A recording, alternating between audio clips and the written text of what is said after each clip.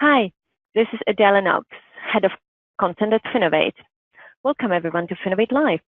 Over the course of this week, we'll be bringing you a range of webinars, thought leadership articles, exclusive interviews with fintech pioneers, as well as our first e-magazine of 2019. Remember to visit the Finovate blog for all Digital Week content. In our final Finovate Live webinar, we welcome JP Nicols, Managing Director of FinTech Forge, to discuss what has really changed in finance over the last decade and where the next 10 years will take the industry. We will be live tweeting this webinar, so you can join in the conversation using the hashtag FinovateLive. While our webinars this week have been pre-recorded, you can still submit questions during the presentation. Send them to us using the Ask a Question module on your screen or by tweeting us. We'll be passing this on to the presenters and coming back with a unique article featuring the answers. You will also notice we have compiled a resource list for all our webinars. Feel free to download and click through the information we've curated for you. I will now hand over to Greg. Hi, this is Greg Palmer with Finovate. Thank you for joining us for Finovate's Digital Week. We are continuing things with JP Nicols here, the Managing Director of FinTech Forge. JP, thank you for joining us. Oh, thanks for having me. Always a pleasure to be on with you, Greg. Yeah, we've had some good conversations, and hopefully this will be another one. So, what we're going to be talking about today, the FinTech era, 10 years in, it's coming up on a decade since the launch of the iPhone, since FinTech has really become a hot commodity. And obviously, JP, you've been there for quite a while, most of that time, if not all of it, as have we at Finovate. And the question is, what's really changed and where do we go from here? So kind of starting at a very high level, we heard that banks were going to be replaced by apps, by technology. Obviously, that hasn't happened exactly yet. So where are we? Where are we in the process? Right. Well, I think we're at a kind of common place here. This happens when new disruptions come into an established industry. And then the classic race is, can the innovators reach scale faster than the incumbents can innovate themselves? And I think we've seen a little bit of all the above. We've got what's the list of fintech unicorns up to now? I mean, more than a dozen, I think, companies that are worth over $1 billion that were startups. I mean, that's pretty amazing. And at the same time, the largest banks, and particularly here in the U.S., but I think we're seeing this globally, that the largest banks are really just increasing their market share. And so they have adopted a lot of these new technologies. They have acquired companies and put new capabilities into place. And so I've often kind of chuckled at that. As you know, I've been going to Finovate for a very long time, and I do remember those earlier days when entrepreneurs would boldly take the stage and declare that we're going to put your banks out of business. And now almost everybody leaves the Finovate stage by saying, come see us at our booth. If you're a bank, we'd love to work with you. And I think that's a pretty normal progression of where we are. And depending on where we measure, I mean, we're probably more than 10 years in, right? We're more than 10 years into Finovate, more than 10 years in to the iPhone and the expansion of broadband and mobile technologies. And so I think that, we've had lots of winners on all sides, and then, plenty of places where we still have opportunity from here. Yeah, absolutely agreed. And I think, one of the biggest shifts that we've seen at Finovate kind of mirrors that, talking about what you said, companies getting up on stage saying, we're going to put your bank out of business. Mm-hmm. I think there were a lot of people who realized, actually, it's really hard to gain customer traction in the financial services space. There's a lot of regulations that some of those early innovators weren't aware of, weren't prepared for. And so we have seen a shift towards the innovators kind of moving towards that bank side of things. We've also seen banks who have, to their credit, gotten more involved. We've seen a lot of banks who started innovation teams. Would you say that has made a difference, that bank engagement has made a difference? Yes. And first of all, I'll go to your other point, though. I think that's a good observation that people who didn't work in financial services felt the pain as consumers and said, boy, this just seems to take too long.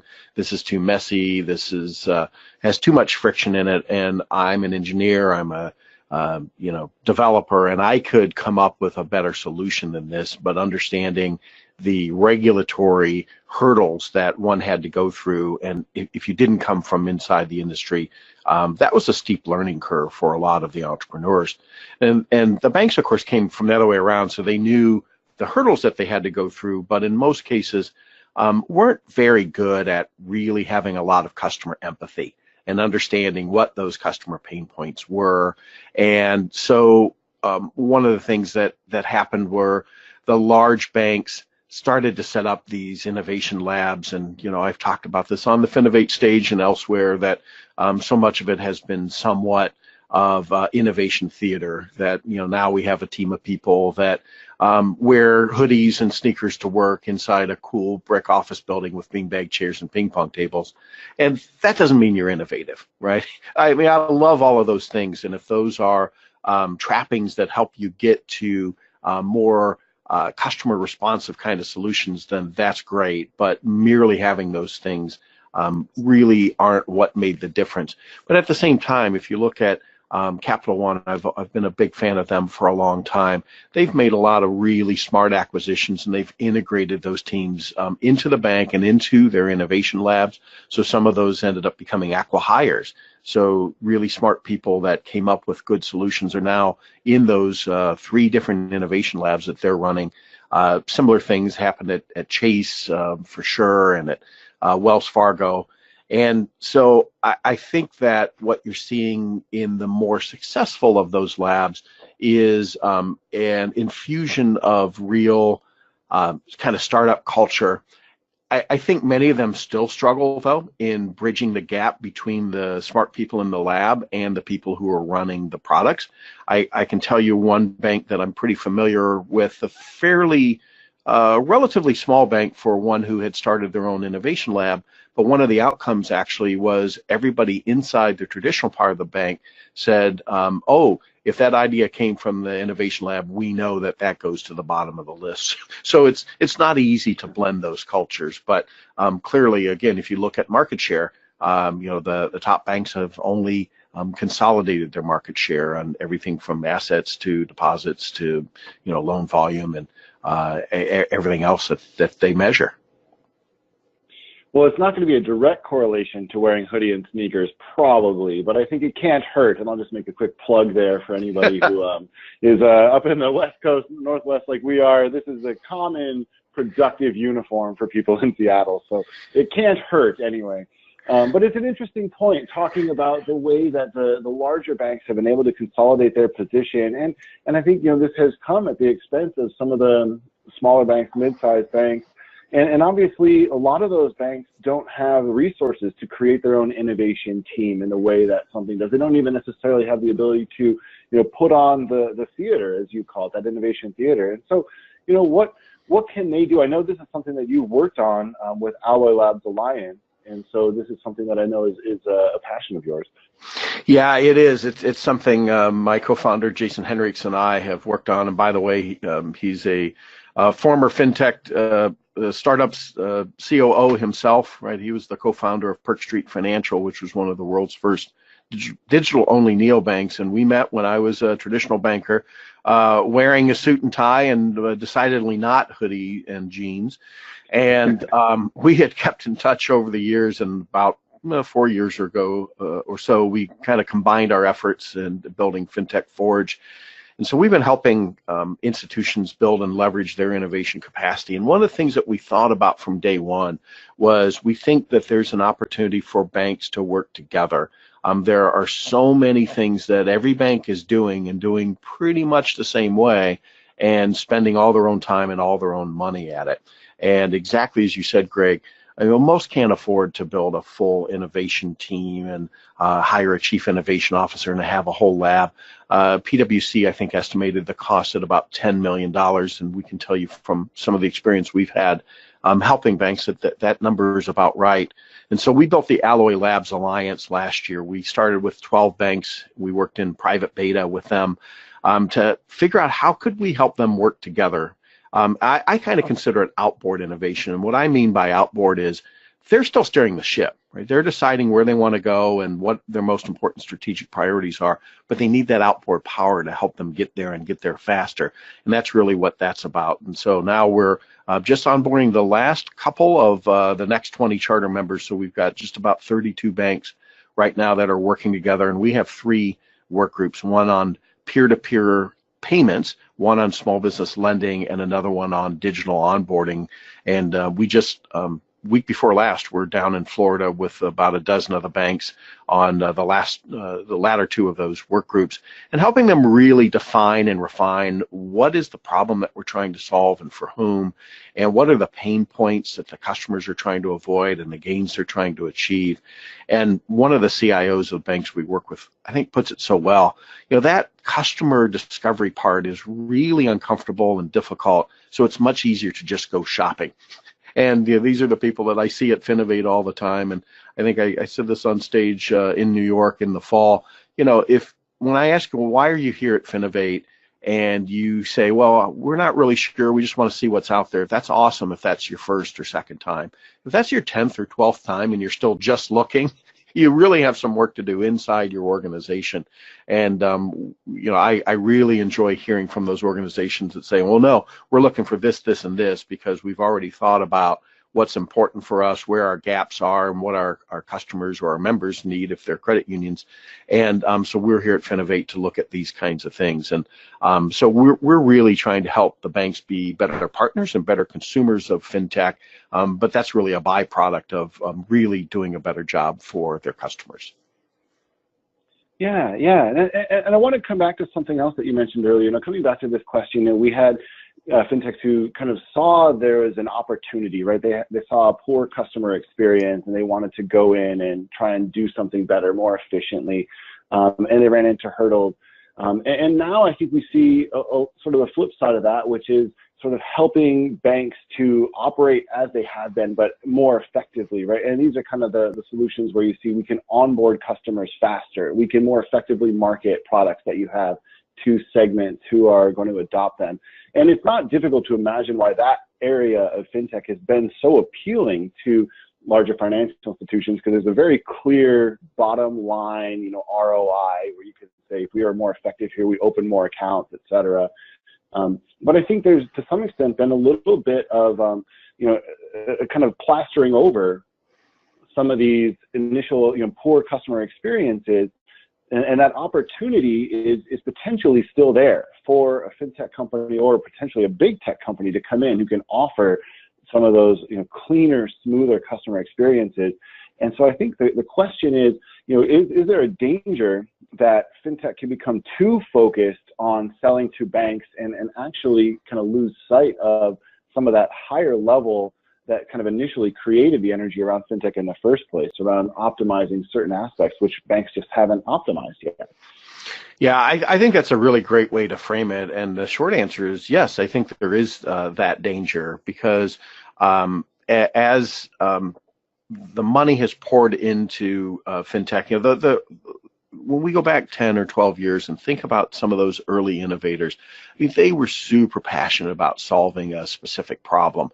And now, as well over $100 billion of venture capital has poured into fintech over the last several years, there are plenty of people there that I don't mean to say that they're craven and only seeking money, but that pool has certainly diluted, and there are people out there picking that relatively low-hanging fruit as you described it, and there's still a need for that. I'm not dismissing that at all. I mean, the fact that we can even still work on these things, like simple things like onboarding and getting an account open, there's definitely a need there.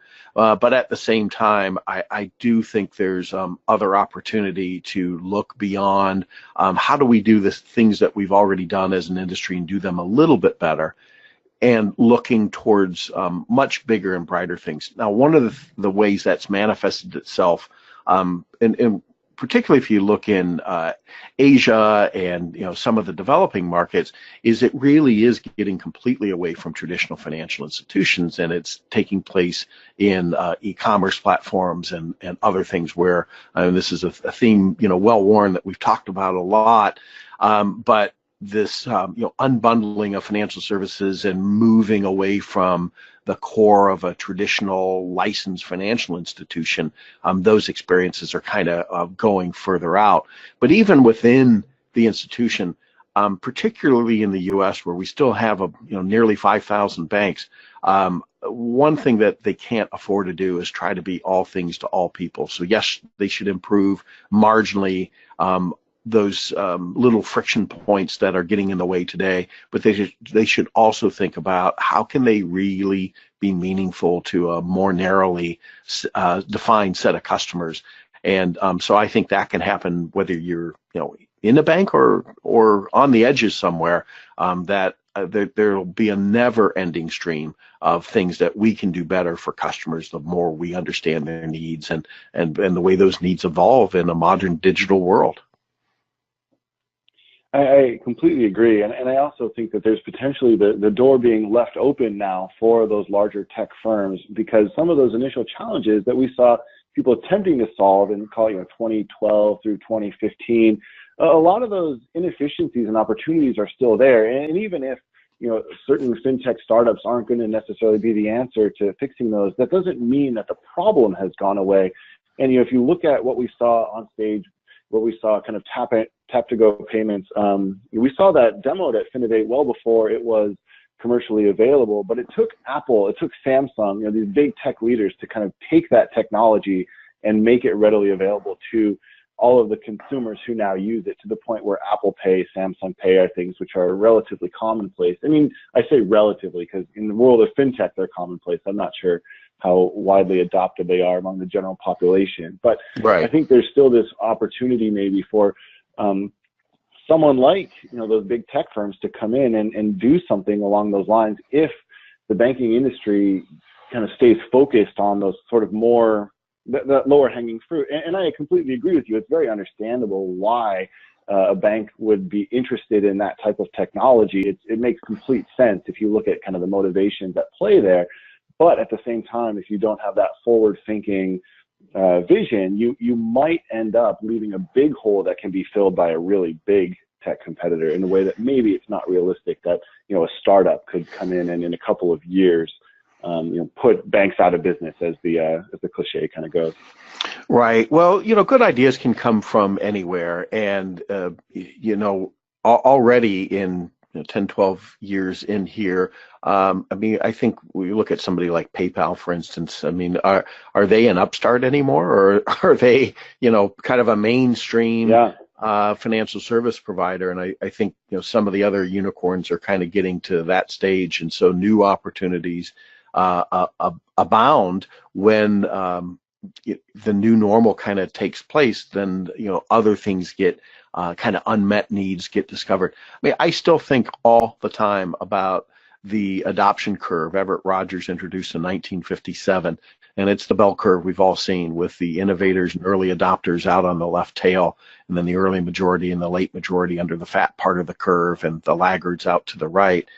And you think about the most interesting entrepreneurs are working out on the edge and finding those opportunities that just nobody's working on, and they have to find those early adopter customers who even want to do those sorts of things. So the kinds of people that are dying to try that new payment method or whatever. And then it takes a while, as Jeffrey Moore added to the mix in 1993 when he wrote Crossing the Chasm. He said that gap between the early adopters and the early majority isn't just a gap, it's a chasm. And that's really what the goal is of any early stage company. If you want to become mainstream and you really want to make it for the long term, you got to figure out how to cross the chasm and be relevant to people that are in the mainstream.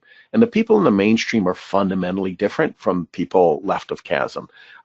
Those early adopters are looking for something new and interesting and exciting, and they're looking for the upside, and they're willing to take a moderate amount of risk on the downside in order to get that upside. But once you cross the chasm, the mainstream buyers, and almost all banks, in almost all parts of almost all banks, let's put it that way, fit in that mainstream, and they're just the opposite. They want zero to very, very little risk, and in exchange for that, they'll take limited upside as well.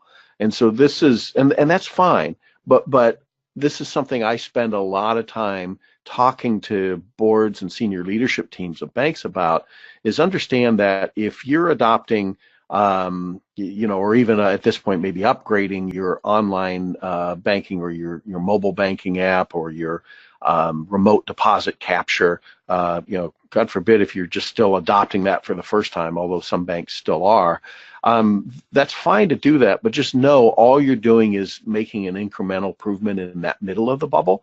You're not actually breaking any new ground, and so you're not going to have any competitive separation. The competitive separation happens out on that left tail, right? Left of the chasm is where you're really zigging while somebody else is zagging, and there'll always be more opportunities that open up out on that edge, but those aren't the mainstream things. And so none of those are, good or bad or right or wrong innovations, but they're different kinds of innovations for different situations, and you're going to have different buyers that are looking for different things. Yeah. No, I think that's well said. And so we'll switch gears a little bit here, because I'm conscious of the fact we've been talking for a little while and I've only gotten through two of the questions that we were sort of meant to cover here. So let's skip on to the next one. Most banks still look a lot alike. Why hasn't FinTech created more differentiation? And maybe the sub-question there is, should FinTech create more differentiation there? Well, I think I kind of led into that question with what I just said last, right? So a lot of the norm, the middle, has been kind of moved for them. So a lot of banks had to do some innovation just to kind of stay in the game. And part of the problem is if you wait too long for that, you never get any competitive separation at all, and all you're doing is playing catch up. A slide I like to use a lot is I love to talk about the fast follower fallacy, and that only works if you're relatively fast.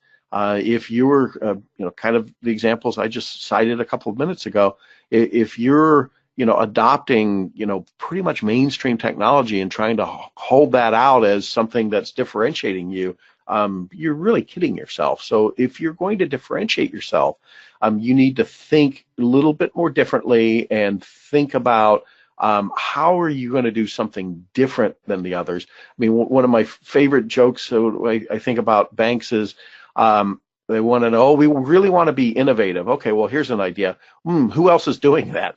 Right? We only want to do it if we're the 10th. I heard somebody on the Breaking Banks podcast, a guest recently said, everybody wants to be first in line to go second. And I think that's a great way to put it. So I haven't heard that. Yeah, so I think part of the answer to that, Greg, is what I said a little bit earlier about particularly the smaller banks. So if you're, a large, multi-billion or, trillion plus asset institution, you really can be pretty much all things to all people, and then you can carve out individual niches within your business. But if you're a community or regional bank, I think you need to really think really hard about where can you differentiate, and then the technology is just as a tool for that. I don't think it's about, hey, we're going to use technology nobody else uses, and that's innovative. I think that's backwards. I think we think about what are the unique needs about our customers, and then if we can figure out what kind of tools or technologies we want to use to get there, then I think that puts you in a much better position. It strikes me that this is kind of a flip side of something which I tell to a lot of our presenters. Anybody who's presented at Finovate knows we do coaching calls ahead of the show to try and get presenters ready. And if you've done one with me recently, you've probably heard me stressing the importance of making sure the audience understands your core messages. The 2 or 3 most important things that you want the audience to remember at the end of your 7 minutes. And it sounds like this is potentially a good exercise for a lot of banks as well. What are your core messages really? What are you trying to sell to your constituents? How are you differentiating yourself in the market? And then I think, to your point, going out and looking at technology not as the differentiator, but as a tool to accomplish that differentiation once you've really identified what your core messages are going to be. And in some cases, they may have nothing at all to do with technology, right? It could be, we're going to invest locally, or we're going to try and provide the best customer service, or things like that. But really, it's something that I think not necessarily a lot of banks are thinking about. What would my core messages be if I'm going to talk to somebody on the street and say, hey, here's why you should engage with my credit union or small bank or community bank or whatever. This is something that presenters and innovators are sort of frequently asked to do. They're forced to do. If you want to gain traction, you have to be able to pitch well. But I think there's a lot of banks who don't necessarily go through that exercise, who can't answer that kind of really basic question, why should I be interested in listening to your pitch? Imagining banks up on stage pitching for customer attention. And so this is something which I think would be really helpful. And also, obviously, on the flip side of the coin, innovators hearing some of that would be able to then tailor some of their innovations towards those goals. And you might be able to get more bespoke partnerships or things like that to help those banks achieve some of those goals. So, I don't know that tech, coming back to your point, tech is really the answer for differentiation, but it should certainly be a part of the equation as banks really kind of figure out who they are and who they want to be going forward. Well, that's right. And I think that leads us into our next topic, right? What's separating the winners from the losers? And that's what the winners are doing. You look at somebody like Live Oak Bank, about a $4.5 billion bank out of Wilmington, North Carolina. They're the number one small business administration 7A lender in the United States. Number two is a little bank called Wells Fargo. So this is, an extreme amount of focus. They're not number one in every category, but there's something they picked that they wanted to really be good at, and they are really good at, and they hit way above their weight class. And I think this is what we've said a lot about the banks we've been working with through the Alloy Labs Alliance, is they all hit above their weight class. They've picked something where they could really do better than other people and other banks, and competitively picked their spots, I think, pretty well. And when you think particularly of community banks, somewhat unique in the United States compared to a lot of the rest of the world. Most of the developed markets, at least, are more oligopolies, and we have that too as a part of the fat part of our own curve. But I think this idea that geography is a meaningful differentiator is really gone at this point. The idea that we are the bank of Springfield or Anytown, USA, pick the name of your town. First of all, you're probably not really the bank of Springfield, because you've got a number of large competitors from out of town now, and a lot of the community banks love to talk about we're led locally and we make local decisions, and that's all well and good, but at the same time, plenty of customers are showing they're flocking to the large banks that offer the right kinds of solutions for the needs that they need to have fulfilled. And so we've got to think beyond. I'm certainly not against community banks or being local. I think that's a great thing. I'm just suggesting it's not sufficient, that we've got to really focus on, well, what is then unique about the people that we're serving? And one of the things that has really changed for a lot of these community banks is they're thinking outside of a geographic footprint and saying, well, if there's one of our charter members is Tab Bank, and they're really focused on transportation. They grew out of a trucking and truck stop business, and it was a kind of a captive bank, and so they're really focused on the transportation business. There's another bank in Florida that is focused on pilots, both private pilots and commercial pilots and aircraft finance. And so picking those kinds of niches and being able to really bring different capabilities are one of the things that I think are separating the winners from the losers today, and will continue to be going forward. So yes, technology is important, but using that technology, as we said, as a tool to achieve goals for your customers, and in the marketplace creating some competitive separation is really what's important. I should pause here and just mention that at Finovate Spring, we will be having a community banking stream to focus specifically on some of these issues. So if anybody is sort of hearing this and wants to get interested in kind of discussing with other community bankers how some of these impacts may affect them, then I would encourage you to attend on the third day of the event, there, May 10th. We will be getting into some of these topics.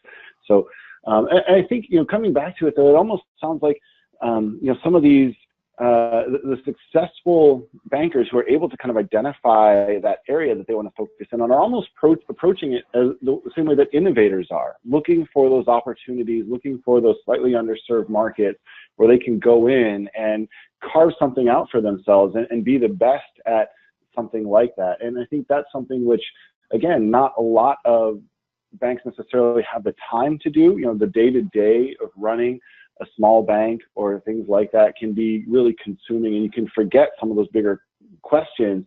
But I think you can, to your point, you're starting to see that the banks who have been able to answer those questions, who spent some time thinking about it, finding that opportunity and really going after it, are the ones who have been successful so far and will continue to be successful. There's another piece of the equation that we've talked a little bit about before, the importance of marketing as you go through this. And obviously being able to have a big budget for, innovation labs and things like that is a massive advantage. So too is the ability to create a marketing campaign that has a chance of reaching millions of people and gaining adoption that way. How important would you say that is as compared to, the innovation side of it? Obviously having that tech is one piece, but being able to tell people you have it and convince them that they should use it is another. We talked about this a little bit on stage at Finovate Europe with, the question around Tencent and Alipay.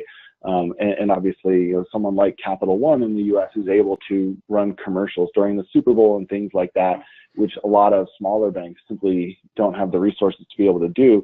Is that in and of itself a big enough hurdle that it's going to keep some of these smaller banks from being able to compete?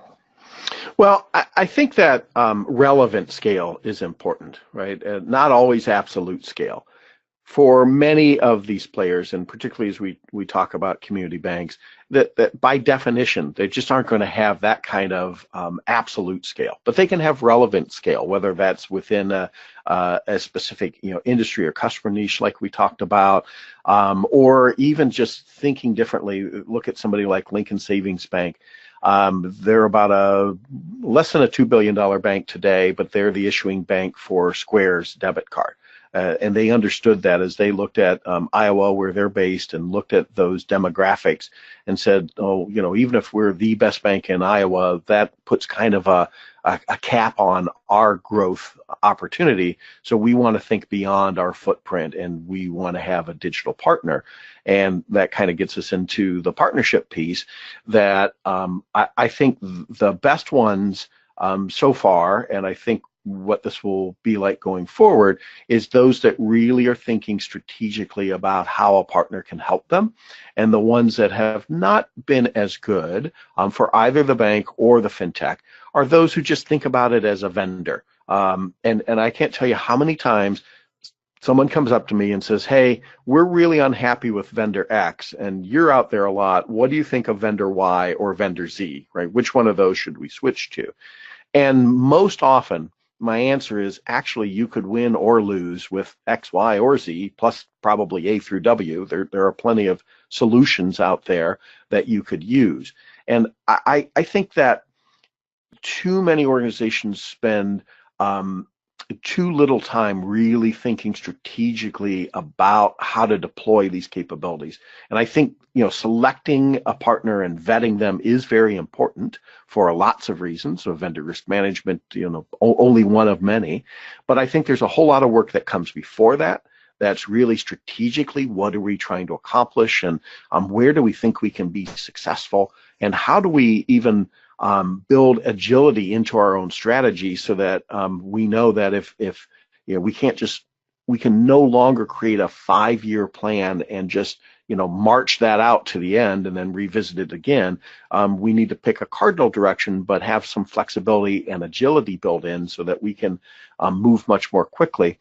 And then even after the vendor selection, I think that's only the 50-yard line, that you still have lots of work after that to be able to, now, Greg, this gets to part of what you're asking about the marketing, to be able to communicate it, but communicate it effectively. Again, not necessarily on a mass scale and a Super Bowl ad, but being able to communicate effectively to the right people at a relative scale. And I'll give you another quick example. There was a bank we were working with that launched a new, totally replaced their mobile banking platform to a very good one, but they weren't getting any uptake, and they were trying to figure out why. And so as we started to ask some questions on what they did, and, well, how did you communicate this to people? Well, we sent an email. Who'd you send it to? We sent it to everybody. Same email? Yes. Well, what did it look like? Can we see the email? Well, it was, as my partner Jason likes to call it, it was the love child between compliance and IT. I think the subject line was something like, important information about your account. And then it was a wall of text describing all of these technical things. And so what we suggested they do, and they tried with great success, was can we narrow that down to a couple of those key messages, and let's test it with a small group, and then we'll A/B test, right? Let's get it to a few hundred people, and then let's test a B version, and so on and so forth. And in a matter of weeks, they were able to massively improve their adoption rate. And so, your point about messaging and marketing is a really important one, because it's not just having the capability, it's actually deploying it in a way that your customers feel the difference. Yeah, well, I think certainly from our perspective, we've seen companies on stage who've had amazing technology, and it never, in some cases, it doesn't seem to go anywhere. And then sometimes the quote unquote winners are not necessarily the ones who have the best, pure technology. If you were going to come in and just grade it, in some sort of technology scale, and I don't even know what that rubric would look like, but that sort of, this is the best technology, so they're guaranteed to make the most money out of it, and that's certainly not always the case. But I want to come back to this question about partnerships. I remember Finovate Fall a couple of years ago, Ron Shevlin got up on stage and was talking about partnerships, and he threw a slide up there, a screenshot from a few good men. You want partnerships, you can't handle partnerships. Right. Basically saying that this is not the model that will become successful. And I think that that's worth watching. By the way, you can find that at finovate.com. But it's interesting because this is a really divisive question within fintech. Is the partnership model the right model to help banks and fintechs work together? And so, I think we've got a sense of what your thoughts are, but it'd be good to just kind of have you talk about that topic for a little bit from your standpoint. Yeah, well, part of what I think Ron is passionate about when he talks about that is don't kid yourself. Right? Don't call it a partnership because that sounds sexy in the late 2010s, when in reality, as Ron says, I'll paraphrase what he said about this, is your procurement department doesn't create partnership agreements; they create vendor contracts, and they're going to that's the way they're going to measure this, and they're going to enforce it like a contract. So I'll take maybe a little bit more poetic license. Can you still have a partnership with a vendor? Well, yes, I think so. I still think at the end of the day, you need to know what you're bringing to the table, and you need to know what your partners/vendors are bringing to the table. And Ron's right. In most cases, they aren't really true partnerships where you're sharing upside and you're sharing downside. In most cases, you're really selecting a vendor that you're hiring. And do you really want a partnership? I think there are times that you probably do. I think in most cases, it probably is a little bit more similar to the traditional vendor relationship, but at the same time, I don't think that model is particularly awesome either, because if you carry that out to the traditional extreme, that means that you've got it all figured out, and all you need to do is go select the right vendor. This kind of gets back to the vendor X, Y, and Z problem again. And then invariably, if it doesn't work, then you're just looking for the next vendor, and you're going to end up in the same situation all over again. The commonality is it's you, right? You're the one in every one of these relationships. And so I do think, I get Ron's point, and he's right in a lot of ways that we overuse the word and we kind of kid ourselves with it. But I certainly wouldn't suggest that then the right answer is the polar opposite of that. It was just, go out and, hire tech companies, because I think they should be much more partnership-like in most cases, because they really are bringing something to the table complementary to what we have already, and the ability to understand what the needs are and how to fill them. And we really should be listening to those and understanding the data that's coming from these partners that can lead us to iterate and make better decisions going forward. Well, certainly there's kind of an emergence of another model which you could imagine taking hold, which is almost the exact opposite of kind of the partnership model, where you have this sort of a la carte system, you know, the core provider with a number of different API plugins. And so, you know, not even a partnership, you just sort of select the service that you want at any given moment, you know, either from the customer side or from the bank side, where you can come through and just, you know, click on, say, okay, I want to send money, so I'm going to use this send money service, which is connected through my bank's core service provider with an API. We're starting to see some traction on that side as well, that sort of pure service play where it almost doesn't even matter what company logo is on the service that you pick. You click on it and it works. And so that, I think, is, you know, one version of the future, which kind of leads into this final question that we've got here. What does the next 10 years look like? And maybe there's two questions here. It's, you know, what does it look like realistically? And then kind of what does it look like best case scenario in a perfect world? What happens over the next 10 years? And so I don't know which one of those you want to tackle first, but I'm guessing you have some thoughts. Well, part of it depends on where you look. And we've already talked a little bit about the difference between Europe, which has been driven a lot by regulations that have forced the banks to open up and to offer certain APIs around PSD2. You know, very different than Asia, which has not really been driven by the regulators or traditional financial services. It's been driven by mobile e-commerce and mobile internet, kind of driving, then backing into financial needs. And then the U.S. system, which is you know, not driven by the regulations. It's been, I would argue, mostly driven by the larger banks with, you know, some play around the edges of fintech. So, you know, you started kind of talking about open banking. I think open banking will continue. It'll be very interesting to see how that does play out in the U.S. I think I don't see the regulators forcing that to happen within the next 10 years, if ever.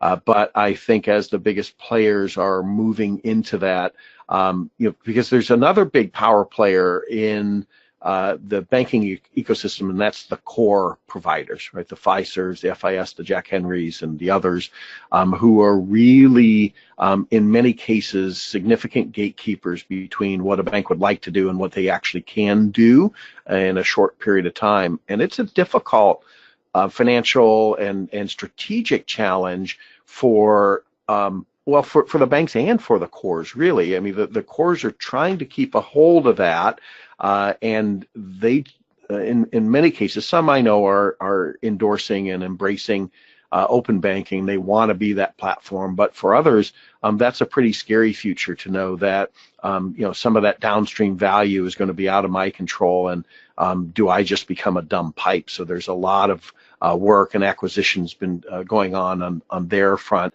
You know, I've never talked to a bank yet that absolutely loves their core provider, right? They're all frustrated about the lack of flexibility around that. So there's going to be a real push towards more and more, you know, splitting up of, like you say, kind of the service-oriented thing. So I think directionally that's correct. I always like to say, you know, I could have told you, you know, 15 years ago that directionally the internet was correct, but we still could have lost a ton of money together on picking the individual stocks, right? So it's hard to know exactly, right, which ones are going to be the winners and the losers. But I do think we're going to move towards, you know, more unbundled, more fractionalized, more open kind of data structures and you know, apps playing around that. We'll continue to see consolidation in the industry. It's particularly in the middle, right? So those above, you know, some sort of size line will play to the absolute scale, while those below that will play to the relative scale and the relative relevance. Now we still have some closely held and family held banks that maybe aren't under the pure market pressure and may want to hang on to that. But I think it's increasingly tough for them to be relevant. So relative scale will continue to be important for them as well. And I think finally we're going to continue the trend line of things moving out of a whole industry that you and I call financial services, and customers don't really think about that at all. Customers just need jobs done, and they need money moved, or they need an asset financed, or whatever it is. And I think we'll see that fintech really goes far beyond financial services and so-called fintech companies. Well, I think you're talking about what gains traction among customers is obviously the holy grail here. And it's one of the things which has been the most fascinating to me as I've learned about this industry, trying to analyze how consumers make the decisions that they make about engaging with the financial institutions that they end up engaging with. And I always like to ask my friends and people I talk to, how did you pick the bank that you worked with? When you decided to get a mortgage, how did you go about deciding who you'd get it with? And one of the things which is the most intriguing is that a lot of people simply don't take much time at all to make these decisions. You do a quick internet search, maybe 10 minutes of Google research, and then all of a sudden you're like, okay, here, I'll just get a mortgage, and not necessarily realizing the variety of options that you have, the implications of those options. So if anybody who's listening has some kind of data or study about how consumers choose who they choose, I'd be very interested in reading it. But I think to your point, it's going to be fascinating to watch as the industry continues to try and account for that at the same time that these tech capabilities are changing expectations, changing realities and what we can offer. So, what do the next 10 years look like? I don't know. I don't know 10 years ago that you would have necessarily imagined things would look like they do right now. In some sense, there's been massive strides forward in the last 10 years. In some sense, there's a lot of kind of hurry up and wait. And so, does it feel like the next 10 years will be bigger with more activity, more, hard and fast numbers that change? Maybe. I think I'm certainly starting to feel that way. But it's always going to be fun to see it happen and to continue to talk about it together as it does happen. So thank you very much for your time today, JP. It's always a pleasure. I think we've hit the end of our timing here, but any final remarks or last takeaways that you want to slide in before we call it? Well, maybe I'll just, picking that 10-year time frame, it reminds me of one of my favorite Bill Gates quotes, right? We tend to overestimate what will happen in 2 years and underestimate what will happen in 10. And I think your point's a good one. If you look back 10 years, an awful lot has happened. And we kind of think about it in real time. We can say, boy, a lot is still the same, but another 10 years, I think we'll have a lot of big changes. And yes, hopefully we'll be back continuing to talk about them then too. Yeah, perfect. Well, for anybody who's interested in learning more about any of these topics here, you heard me plug the community banking stream at Finovate Spring earlier. Finovate Spring will be in downtown San Francisco, May 8th through the 10th. There's actually a summit day on May 7th. We're really excited to be back in downtown San Fran. It's a place where we've held the show for many years. We took a couple years off down in San Jose, but it's fun to be back up there. So tickets are available at finovatespring.com. If you're interested in seeing some of these startups or other innovators who are going to be up on stage or talking to other people in a similar position to yourself, it's a great way to come and just connect with the FinTech community. So we invite you all to join us, and there's a 10% discount code that you can use to register to save a little bit of money on the registration there. So hopefully we'll see you there. If not, thank you guys for listening in, and hope you enjoy the rest of Digital Week.